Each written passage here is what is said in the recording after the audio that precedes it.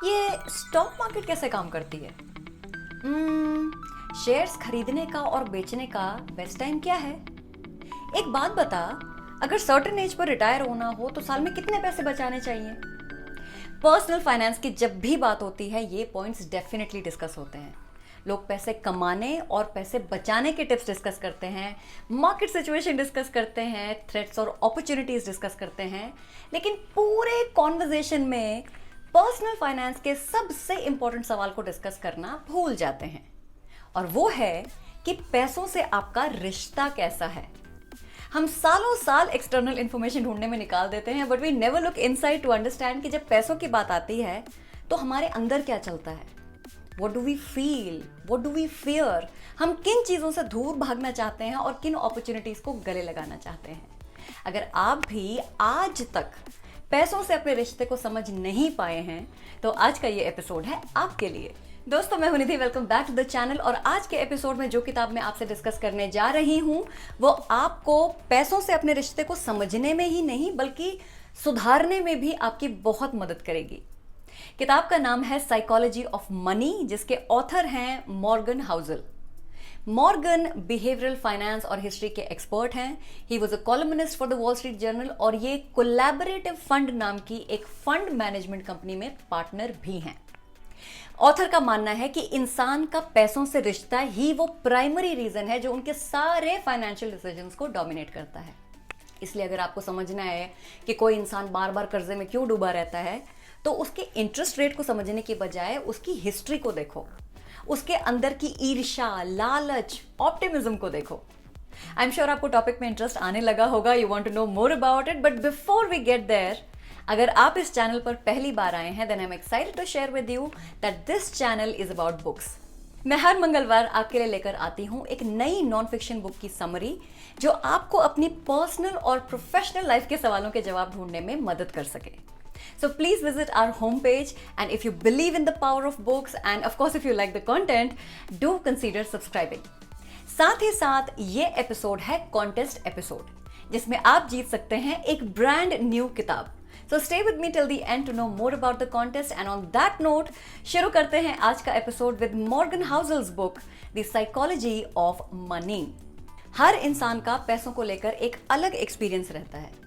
2008 में जब रिसेशन आया या फिर 2020 में अभी जब लॉकडाउन हुआ, उस सिचुएशन का अलग अलग लोगों पर अलग अलग फाइनेंशियल इंपैक्ट हुआ, जिसके चलते हम सब ने पैसों से एक अलग सा रिश्ता बनाया। एक गरीब किसान के बच्चों ने और एक top of the line stock broker के बच्चों ने एक ही सिचुएशन में अलग अलग लेसन सीखे होंगे। उन्होंने रिस्क के बारे में, पैसे बचाने और पैसे खर्चने के बारे में अलग अलग इमोशंस एक्सपीरियंस किए होंगे। जहां एक ने इस सिचुएशन में चैलेंज देखा होगा, वहीं हो सकता है कि दूसरे ने अपॉर्चुनिटी देखी हो। So the key message here is that everyone has their own experience of the economy and money. हर इंसान का पैसों के बारे में और ओवरऑल इकोनॉमी के बारे में एक अलग एक्सपीरियंस होता है जो उनके फाइनेंशियल डिसीजंस को इम्पैक्ट करता है। अगर कोई पैसे वाला इंसान पैसों की तंगी में बड़ा हुआ है तो उसका फाइनेंशियल व्यू उस आदमी से बिल्कुल अलग होगा जो नेटवर्थ में तो इस आदमी के बराबर ही है, लेकिन उन्होंने लाइफ में कभी कोई फाइनेंशियल स्ट्रगल नहीं देखा। तो पैसों से अपने रिश्ते को समझने से पहले पैसों के साथ आपके जो एक्सपीरियंसेस रहे हैं उन्हें समझना बहुत ज़रूरी है। अब ये जो इकोनॉमिस्ट होते हैं ना, यानी कि अर्थशास्त्री, ये बहुत ही कन्वीनियंटली मान लेते हैं कि हर इंसान रैशनल होता है, हर इंसान अपने फ़ायदे के बारे में सोचता है, और इसीलिए जब पैसों की बात आती है तो हर इंसान सोच समझ कर डिसीजन लेता है। लेकिन देखा जाए तो प्रैक्टिकल लाइफ में चीज़ें क्लीन एंड क्लियर कभी नहीं होती। जैसे कि लो सोशियो इकोनॉमिक लेवल के लोग जिनकी डेली इनकम इतनी कम होती है कि उनको अपनी 2 वक्त की रोटी का भी नहीं पता होता, उस सेगमेंट में लोगों को जुआ खेलने की लत होती है। वो 500 रुपये जुए में लगा देंगे, लेकिन अगर उनको अपने बच्चे की दवाई लेनी हो तो उनके पास 100 रुपये भी नहीं मिलते। So how is this rational? अब ये बिहेवियर रैशनल नहीं है लेकिन इलॉजिकल भी नहीं है, क्योंकि उन्हें लगता है कि महीने के महीने इतने कम पैसों में तो कुछ होने वाला है नहीं, चलो एक चांस लेकर देखते हैं। Correct? So the key message here is personal experience drives financial decision making. मतलब लोगों का जो पर्सनल एक्सपीरियंस रहा हो पैसों के बारे में वो उनकी फाइनेंशियल डिसीजंस को गाइड करता है। जिसका पर्सनल एक्सपीरियंस है कि सिर्फ चोरी से ही पैसे कमा सकते हैं वो चोरी ही करेगा, फिर चाहे वो चोरी टैक्स की ही क्यों ना हो। तो लोगों का पैसों के प्रति बिहेवियर समझने के लिए एक रिसर्च की गई। इन जनरल लोग इन्वेस्टमेंट डिसीजन कैसे लेते हैं, so that was the topic of research. By the way, आप इन्वेस्टमेंट डिसीजंस कैसे लेते हो? And the finding of the research was कि जब हम बड़े हो रहे होते हैं ना, उस समय हमने अपने आसपास जो फाइनेंशियल सिचुएशन देखी हो वो हमारी पर्सनैलिटी, हमारे बिहेवियर का एक इम्पॉर्टेंट हिस्सा बन जाती है और जिंदगी भर हमारे फाइनेंशियल डिसीजंस को इम्पैक्ट करती है। जैसे कि अगर आपने बचपन में स्टॉक मार्केट को क्रैश होते देखा हो वर्सेस आपने देखा हो कि stock market was rising when you were growing up, तो आपका जो रिस्क एपेटाइट है ना for the market will depend on the experiences you had in your childhood. मतलब हमारी पर्सनल हिस्ट्री, यानी कि जो हमने बचपन में देखा, सुना, एक्सपीरियंस किया, वो जिंदगी भर हमारा पैसों से रिलेटेड जो रिस्क लेने की क्षमता है ना, उसको डिफाइन करता है। कुछ साल पहले मॉर्गन, यानी कि जो इस किताब के ऑथर हैं, उन्होंने Nobel prize winning economist Robert Shiller से एक सवाल पूछा। उन्होंने पूछा कि आप इन्वेस्टमेंट के बारे में क्या जानना चाहते हो जो अभी तक पूरी तरह से पता नहीं है। तो शिलर ने कहा कि मैं जानना चाहता हूं कि जब लोगों को मॉनेटरी सक्सेस मिलती है तो उसमें लक यानी किस्मत का कितना रोल होता है। क्योंकि जब घाटा होता है तो लोग किस्मत को दोष देते हैं, लेकिन जब प्रॉफिट होता है तो लोग उसे अपनी इंटेलिजेंस और अपना हार्डवर्क मानते हैं। हमारे इसी बिहेवियर के चलते आई am sure just like me, आपने भी एक्सपीरियंस किया होगा कि हम या तो लक को ओवर एस्टिमेट करते हैं और या फिर अंडर एस्टिमेट करते हैं। अब जरा ये सोचो कि अगर एक संपन्न परिवार में दो बच्चे बड़े हो रहे हैं, ओके, दोनों को एक जैसी सुविधा मिल रही है, एक जैसा चांस मिल रहा है, तो वो लकी हुए या नहीं? लेकिन आगे चलकर जब वो दोनों बच्चे बड़े हो जाएंगे, अमीर बन जाएंगे, तो वो ये कभी भी नहीं कहेंगे कि हम कितने लकी थे, हमें इतना अच्छा परिवार मिला, इतनी अच्छी अपॉर्चुनिटीज मिली। वो दोनों आपको अलग अलग बताएंगे कि कैसे दोनों ने बहुत मेहनत करी और पैसा कमाया। पर आपको क्या लगता है, वो लकी थे या नहीं? So the key message here is luck plays a bigger role in financial successes than we might think. जितना हम सोचते हैं हमारे पैसों में किस्मत का उससे कहीं ज्यादा हाथ होता है। हैवंट यू सीन कि लक की वजह से लोग अचानक अमीर बन जाते हैं? लोगों की लॉटरी लगती ही है, आई मीन स्टॉक मार्केट में लोग पैसा बनाते ही हैं, कहीं से रातों रात जायदाद मिल ही जाती है, लेकिन उसके बारे में वो बात ही नहीं करते। पैसों के मामले में ना लक को कोई क्रेडिट नहीं देता। तो फाइनेंशियल सक्सेस में लक का रोल डेफिनेटली है, पर कितना है ये अभी तक भाई डिफाइन नहीं किया गया है। तो आपके इन्वेस्टमेंट्स में लक कहाँ कहाँ काम करती है ये आपको खुद ही आइडेंटिफाई करना पड़ेगा।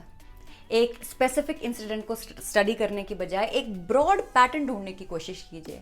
फॉर एग्जाम्पल, हो सकता है कि पिछले 10 सालों में आपको रियल एस्टेट यानी कि प्रॉपर्टी में मैक्सिमम प्रॉफिट हुआ हो, और ये भी हो सकता है कि अगर आप ध्यान से सोचो तो आपको ये समझ आ जाए कि उस प्रॉफिट में किस्मत ने आपका कब कब साथ दिया। विच मीन्स रियल एस्टेट में आपकी किस्मत का सिक्का बुलंद है, प्रॉपर्टी में आपका लक चलता है। So keep investing in property. हाँ, दो बातों का ध्यान रखना बहुत जरूरी है।